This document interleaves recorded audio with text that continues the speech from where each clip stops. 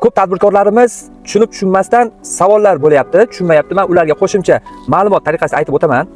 Prezidentimizning 190-sonli qarorlarida 2025-yil 23-mayda qabul qilingan. Mana shu qarorda yozib o'tilgan qaysi mahsulotlar markirovka qilinadi.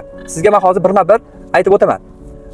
Ichimlik mahsulotlari, energetik mahsulotlari, dori vositalari, tamaki mahsulotlari, alkogol mahsulotlari va shuningdek bitovoy texnikalardan hammasi ham emas. Ayrimlari kiradi. Markirovkasi bo'lsagina, shuni markirovkasini urmasdan sotadigan bo'lsangiz, ana o'shandagina siz jarimaga tortilishingiz mumkin. Misol uchun ko'pchilik ko'p tadbirkorlarimiz aloqaga chiqib, biz mashina zapchasini sotamiz, bizchi yo'q, ular emas. 190-sonli qarorda yozib ko'rsatilgan qaysi mahsulotlar markirovkalangan. Import qiladigan mahsulotlar bor, bitovoy texnika va chet davlatdan import qilingan suv ichimliklari bor. Mana shu mahsulotlar markirovkalangan bo'ladi.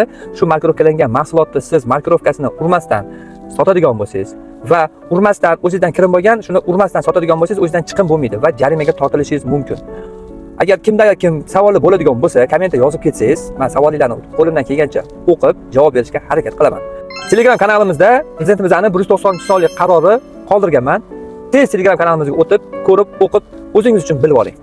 Shu videoni markirovkaga tushunib-tushunmagan tadbirkor do'stingizga yuborib qo'ysangiz, manfaatliroq bo'lardi.